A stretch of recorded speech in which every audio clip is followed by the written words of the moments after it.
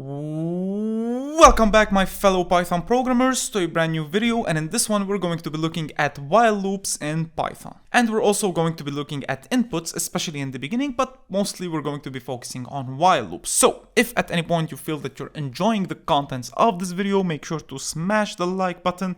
That's what they usually say on YouTube. And let's go ahead and proceed. Proceed? Why did I say proceed? Okay, so this is a very simple input, and we've probably already seen inputs before. This is the input function. We simply use this to get the user to input something into the following prompt. So when I right click and I run, you'll see that I get this little prompt, and let me just dog this on the right hand side. So what is your name? Michael. Boom, there you go. The name you gave us is Michael. You'll notice that the input also returns a value, and it's stored in the message, and it's always a string. How did I know it's a string? Because I've already done this before. But if we check the type in here, you can see type, open up the parentheses on either side of the message, right click and run, and you can see that whatever I provide, it's always a string. Even if I provide a number like 54, you can see that it is still a string. This is something that we always have to look out for because we're going to be using it now in a practical example.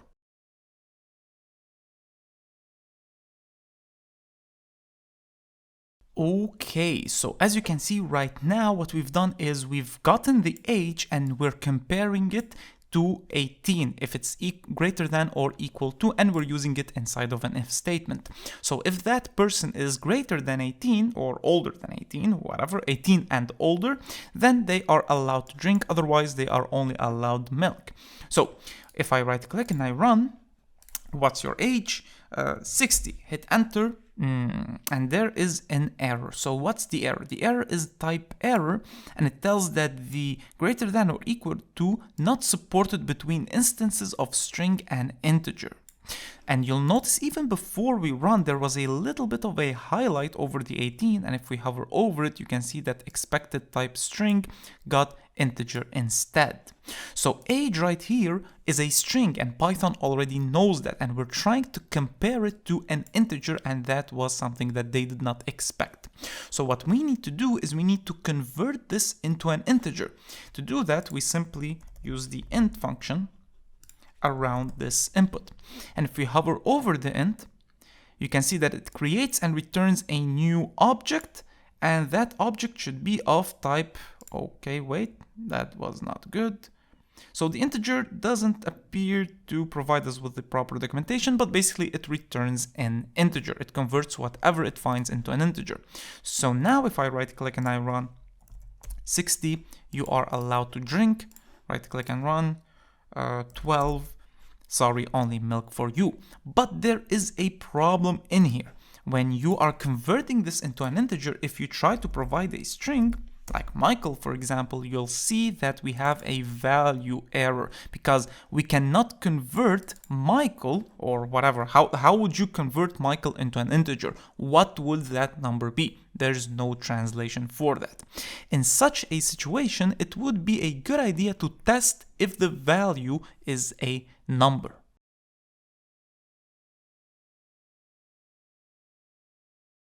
Okay, so what I did in here is before I convert the input that I got into an integer, notice that I removed the int from here. I first check if the age is numeric, and if I hover over the is numeric, you can see returns true if the string is a numeric string, false otherwise. And what's numeric means it's just a number.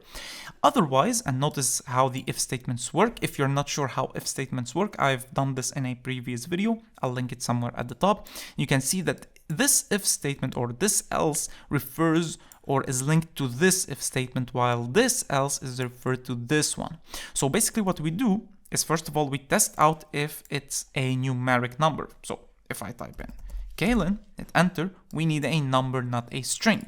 Let me right click and run.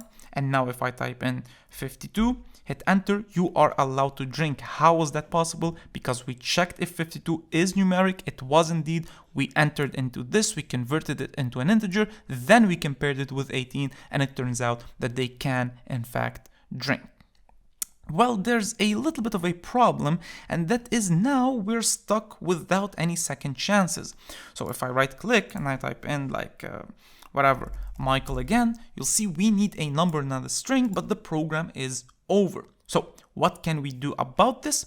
Well, we can actually copy this. So I'm going to duplicate this, and to duplicate you hit Ctrl D, and I can hold down Shift and Ctrl and use the arrow keys to slide it down right here to the bottom. You could have just copy and pasted, but I wanted to show you my fancy keyboard skills.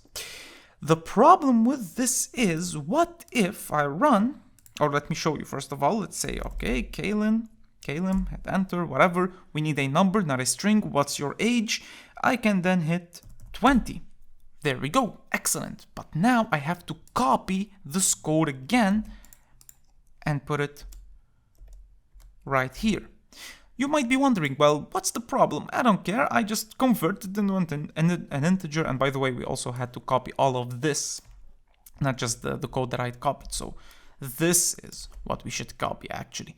Now you might be wondering, well, what's the problem, Michael? I mean, I just copy and paste, it's easy, 2 buttons, no problem. The problem is that now, let's say the program actually works, so let's say it's Michael, and now if I type in, for example, Peter, again, second try doesn't work. So now I have to do this. I don't know, maybe the user does this 10 times incorrectly. What can we do in such a situation? Well, thankfully, there's something called while loops. Now, we've talked about inputs. We've already seen inputs before, but I just wanted to make sure, because it ties in with while loops a lot, I wanted to give you a small refresher. Now let's go ahead and dive into while loops, which are going to be used for us to avoid errors such as these, where we're trying to get, for example, an input from a user and they keep getting it wrong. So we want to keep giving them chances to give us a correct answer. So let's go ahead and dive in. Okay, so this is a while loop. It starts with a declaration of the while keyword. This is just a syntax that you always have to use. It's then followed by a conditional. So while loops are just like for loops, but instead of using a predetermined number of loops, like in the for loop, we would say range in 5. That means it's going to do 5 loops. In the while loop, it's conditional, meaning that based on a certain condition, and if the condition is true, the code inside of the loop will keep executing. Once it's false, the loop is terminated and the program just continues from where it should continue. So for example, right here, we've initialized count at 0, and we said while the count is less than 5, keep doing whatever is inside of this loop. And what does this loop do? Well, first of all, you have the print, where we print out the count, and then we increase it by 1. Plus equals means we're increasing whatever this variable is by 1. So right click and run, and boom, you can see that this is the output that we get. Count starts at 0, then 1, then 2, then 3, and finally 4. Now let's go ahead and apply the while loop to our previous example.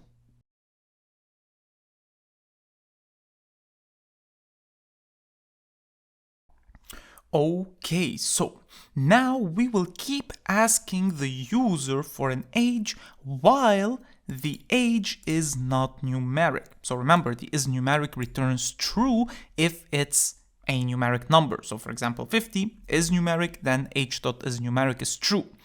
And then we reverse it with the not. So while this is false, we will continue doing this. So for example, while this one is false. So for example, age is numeric. Let's say we enter right here. So Michael, hit enter. It asks us for our age again.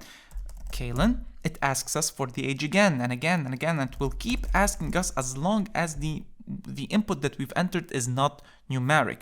So right here, this one is false, but then when we reverse it with the not, this entire condition right here highlighted will become true, and while true, we will keep asking for the question. Just use your normal English language. While it's not numeric, we will keep asking for the age. So right here, right click and run. Let's try this again. We didn't have to do this. So as long as it's something that is not numeric, it will keep asking us. Finally, when we, for example, use 32, hit enter, you are allowed to drink. Let's keep this file on the side because I want to improve it later on. There's something very, very important though that you need to keep count of. Get it? Count, because we were doing count? No. Something very important is infinite loops. So, as you can see, what I did right here is I actually used the true value boolean type to run this while loop forever. So now, if I right click and I run, you'll see that this while loop keeps going forever. This is very, very crucial to keep in mind. While loops are very dangerous. Now in this situation, and when I say dangerous, I really mean it. Most of the errors that you get in a program are because loops are infinitely getting called. In this situation, I think even on your computer, you can start hearing the VGA and the graphics card and everything in your PC going up because the fans are working overload because the CPU is trying to go through this again and again and again and again, and it's heating up. So while loops especially are very, very dangerous because they can go into infinity because they don't have a predetermined number of times they have to, well, execute. So keep this in mind when working with a while loop. You always have to find a way to terminate it. Now, thankfully on PyCharm and other IDEs, they already have like breaks in places to make sure that this doesn't break your entire program. So this is just a feature of your IDE. But in real life, when you're shipping this as an application, you might not have that luxury. Now let me comment this out, and then I'll bring back this. Now what I can do in here, and I want you to just take a second and think of what can you do in this case to make this loop infinite. Time's up. If I comment out the count plus equals 1, now the count stays at 0. And what that means is that this condition will stay true forever. So now when I right click and I run, you'll see that I always get 0 printed out. So something very important about while loops is that inside of a while loop, the condition which you're checking should be changed. What I mean by that, just like the count right here is equal to 0, we are checking while the count is less than 5, so we have to have a way to change the count inside of this while loop. Otherwise, this is what you get. You keep getting zeros forever. So first of all, you need to initialize this. Then you need to make sure that you have the condition on the while loop. And finally, you need to make sure that this condition will change down the line. But what would we do in a situation like this one, where the condition is true? And notice when I uncommented this, the count is highlighted, and if I hover over it, this code is unreachable. Why? Because this loop does not stop. So how are we going to fix this?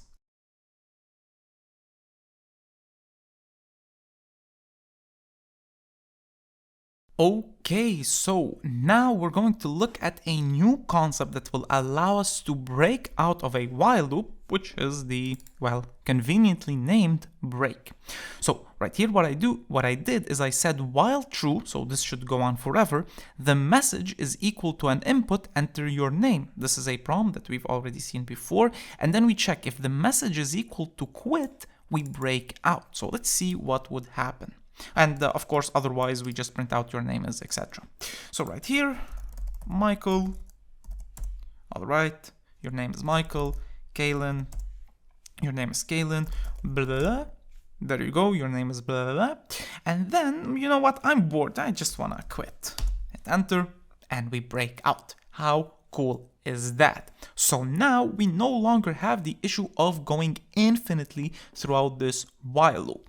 So let's go ahead and implement this break into our age question loop right here. I want you to find a way where, or a place where we can place or check for if the user added quit. All right, so right here you can see that if the age dot lower is equal to quit, then I'm going to break out.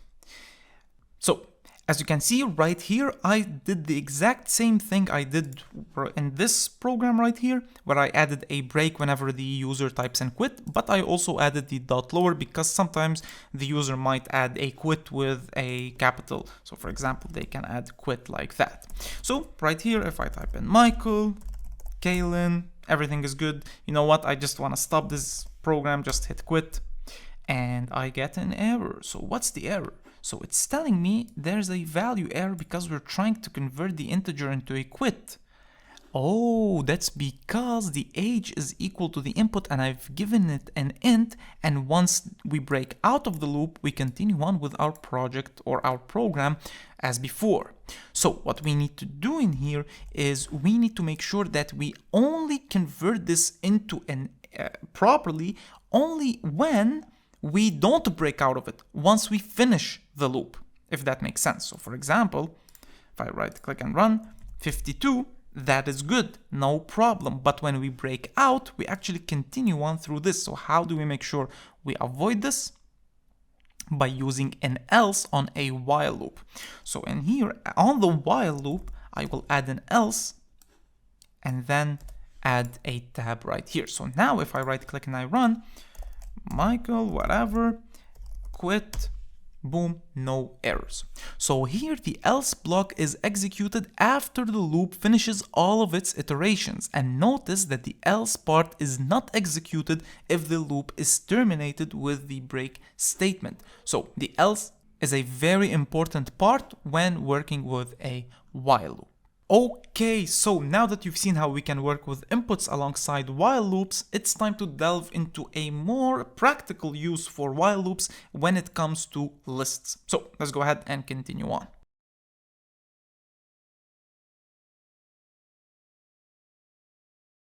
Okay, so as you can see right here, we have a list of groceries. You should find it in the description or the comment. If you don't, please make sure to leave a comment. Tell me, hey, where's the grocery list? Do you expect me to just copy everything?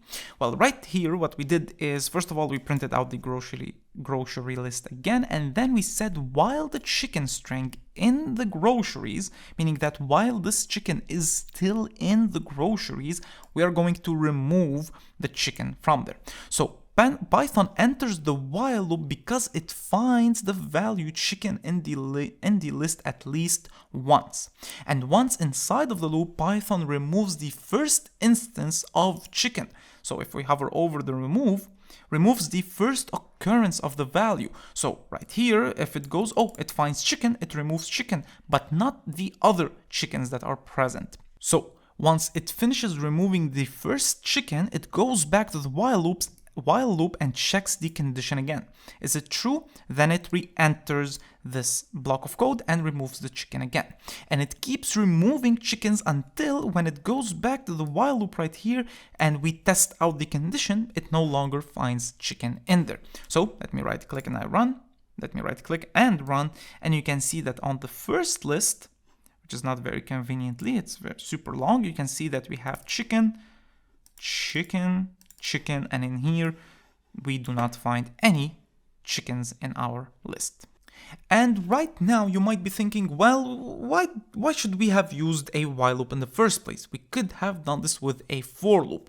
So let's go ahead and test it out and add a count where we count how many times we go through a while loop and how many times we would go through a for loop.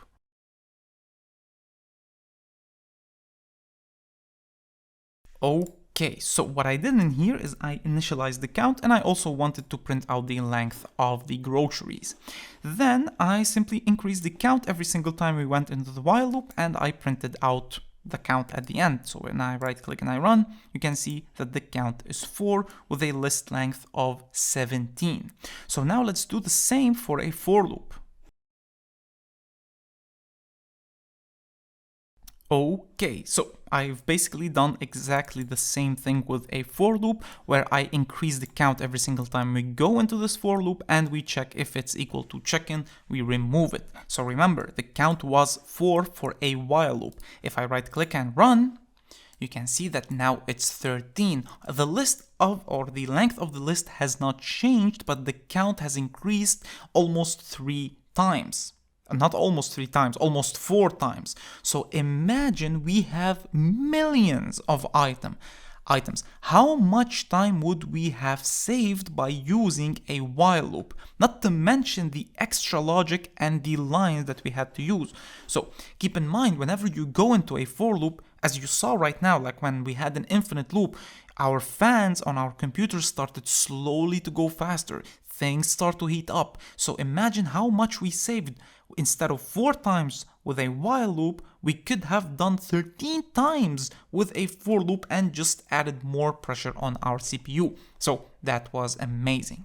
Okay, so fellow Python programmers, congratulations, you've officially mastered while loops. You know how to use them with inputs, you know how to use them with while loops. But now it's time to put all of this into practice with a mini project and a, well, challenge. So let's look at the challenge. Your challenge is going to be to create a guessing game. Yay! So, you've been assigned as a host on a TV episode where a user must play a guessing game. And of course, maybe the host isn't the right word. You are assigned as a programmer for the TV episode. Whatever, I don't care. First of all, you need to import the random library. Then you need to get a random integer as the number the user should guess. So, look at how you can get a random integer using the random library. Also look at how we can import libraries. Initialize the guess at none and the attempts at 0. So the user is going to have a guess and there are going to be the number of attempts. You should initialize both of these at the start. Next, you'll need to create a while loop that keeps going as long as the guess is different than the number to guess, so the number that it should guess. You'll need to figure out how to create that condition. Inside the loop, ask the user's input on that guess. Of course, you need to get the input. If it's a digit, convert it into an integer and increase the attempt. So if the user has an input, you need to check if it's a digit or a numeric. Just if you want, not if you want, I do recommend that you search the is digit and the is numeric and the difference. Indicate to the user if their guess was too low or too high using the ifs. So we need to tell the user whether their guess was higher or lower than the actual guess. And by the way, when you get a random integer, I recommend you keep it between 0 and 100. Don't make it too hard for the user. So indicate to the user if their guess was too low or too high using the ifs. And then finally, when they get the correct answer, print out a message and the attempts it took them to finally finish it. So pause the video right now and go do the challenge.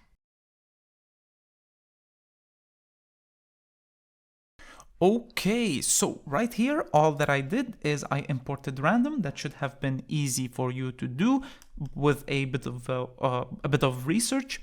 Then what I did is I found randint, which if I hover over, it returns a random integer in range AB, including both endpoints. Now I chose 1 to 100. You could have chosen whatever you wanted, but obviously 1 to 100 is feasible. I initialized the guess at none and the attempts at 0.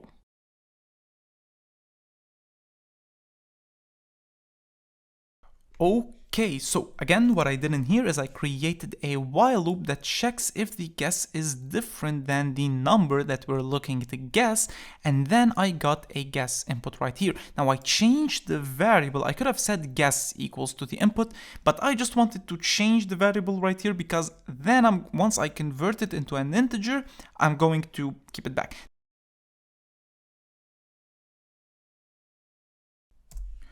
Alright, so basically what I did in here is I took the guess input and I checked if it's a digit, which is basically just like checking if it's numeric.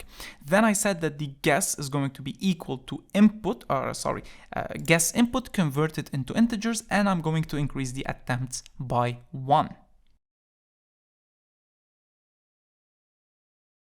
Okay, and now in here what I did is after I've converted the guess into an integer, I compared it with the number to guess. So if it's less than the number to guess, I'm going to say that it's too low. Otherwise, meaning that if it's greater than the number to guess, I'm going to say that it's too high.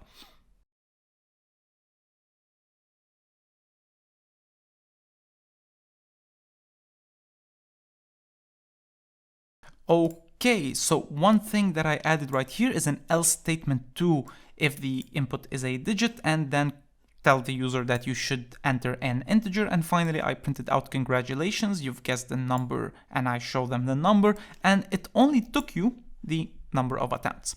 So let's go ahead and test out our code. I'm going to right click and run and move this a little bit. So get a number between 1 and 100. I'm going to say 50, too high, okay, 30, too low, 40, too high. Too high. It says too high, but it also says congratulations, you got the correct number. So it did print out an high. So this was wrong from me. Instead of the else, I should be using an elif. And if the guess is less than, greater than the number to guess. So let's test it out again. So guess a number, 50, too high, 30, too high, 10, too low, 20, too high, 15, too high, 12, too low, 13, 13, hit enter, too low, 14, there we go, only took me 9 attempts. Let's go ahead and try and enter something else like Michael, please enter an integer. Okay, let's say we enter 20 and then we enter Michael. Okay, there we go. And again, 56, etc. Everything works perfectly fine. Okay, fellow Python programmers, I hope you enjoyed this video. I hope you got value from it. If you did, please make sure to leave a like, a comment if you have any questions, and consider subscribing if you enjoy this sort of content and you are learning Python properly from these videos. In the next video, we're going to be looking at functions, which are the next level when it comes to Python programming. So far, everything that we've done is simply going from top to bottom when it comes to our programs. But once we start working with functions, you'll see that things start jumping around. So to learn about functions, click on the video. Let me just move my mic right here. Yes. Start your Python functions journey.